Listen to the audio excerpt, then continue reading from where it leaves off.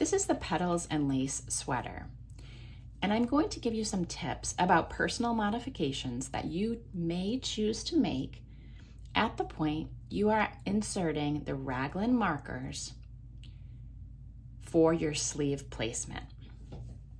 So I am knitting a size 3. This means I have my beginning of round marker, which here is my B, and in the round where I place my raglan markers, I knit 1 stitch and placed my first raglan marker. Now, this is a top-down sweater, so this is going to place my beginning of round at my right shoulder as I wear the sweater. What I then did is I followed the instructions and knit the number of stitches for my first sleeve, or my right sleeve, and placed my second raglan marker. I then knit across the front and placed my third raglan marker, offsetting the front of the sweater as I wear it. Knitted the same number of sleeve stitches and placed my last raglan marker and knitted across to the beginning of round. At this point in size 3, and this is just an example, you can translate it to your size, I have 81 stitches across the front of my sweater, which is between my second and third raglan markers. All sizes center the motif here, with this large bloom in the middle at the center of your sweater, which means in your colorwork chart, column number 9 is your center stitch. In this case, in a size 3 with 81 stitches across the front, I have 40 stitches on either side of that central stitch. So I have 81 stitches across the front, 40 my central stitch, and 40. Then I have an equal number of sleeve stitches on each side, and I have my beginning of round, which has been placed in such a position that my motif is centered for my size. In the pattern, you will read that sizes 7 through 12 have more stitches on the front of the sweater than on the back. This is because many people in that size range will have more volume on the front of their body. This may be true for people in sizes 1 through 6 as well, and I want to make sure you know how to make that adjustment if you wish to make it in sizes 1 through 6. Similarly, you may be in sizes 7 through 12 and not want to make that adjustment. You may want the same number of stitches on the front and the back. So one of the best things we can do with sweater patterns or garment patterns is to empower you to make choices so that the garment will fit your body the way that you want it to. When we write patterns, we do our best to make the patterns so that they appeal to the most people and fit the most bodies in that range. But everybody at every size is different. And we can't write a custom pattern for every single person, but what we can do is give you tips for how to modify that for your own size. So the example I'm going to show you, which translates to other sizes and translates to adding this modification or removing this modification, is to first follow the instructions for your size where you place the raglan markers. At the point that you place the raglan markers, you are not actually doing anything to your sweater other than putting markers in. You are not making any increases in that first round. So by placing the markers according to your size, you are quite simply making sure that the motif is aligned at this point. Now, you can choose to make a personal modification. And what do I mean by that? Well, I've linked an article in the pattern that talks about why you might want more stitches on the front of your sweater than on the back, related to having more volume on the front of your body, and what that means.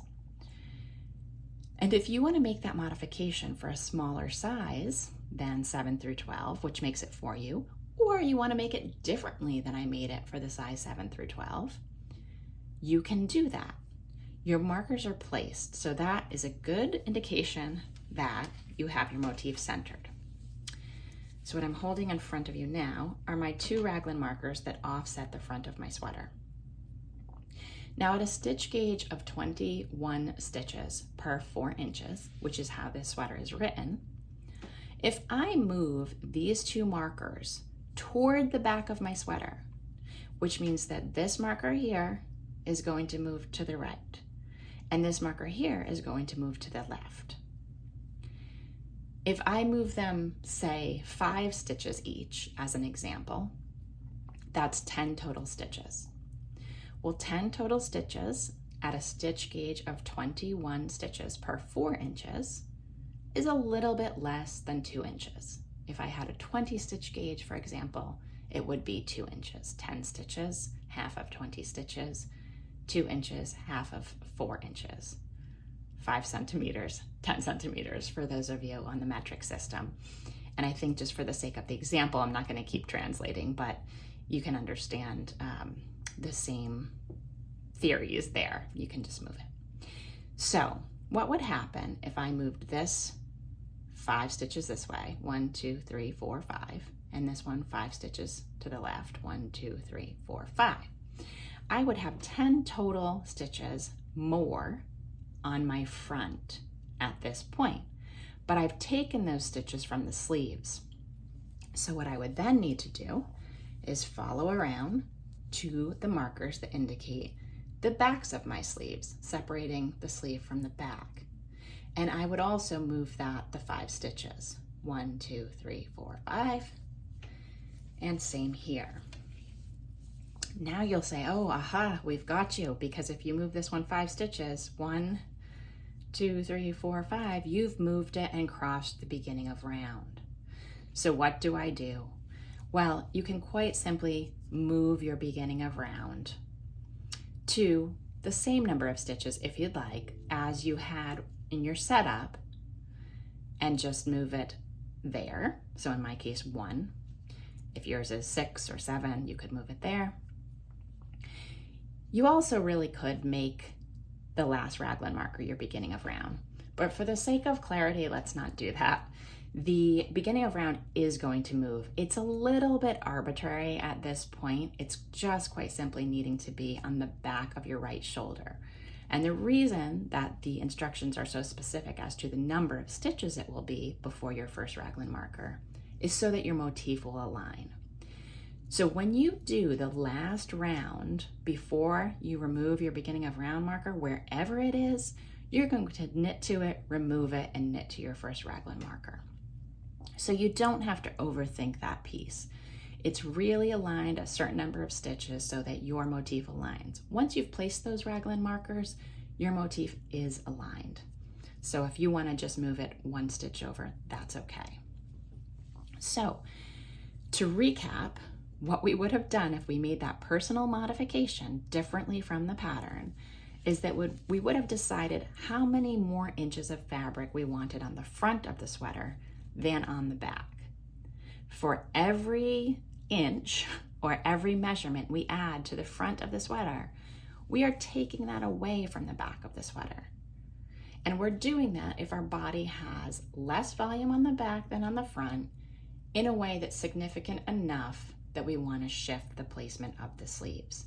We don't want to change the number of stitches on the sleeve unless that's a different modification that you're making.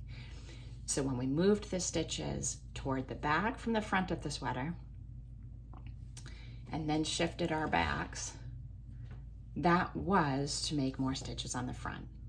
We won't change our sleeve stitches, and the rest of the pattern will work just fine. The key part is making sure that your motifs remain aligned, which they will if you make that modification as I just described it, by moving the markers after you place them and before you start the raglan increases. I hope this was helpful, and happy knitting.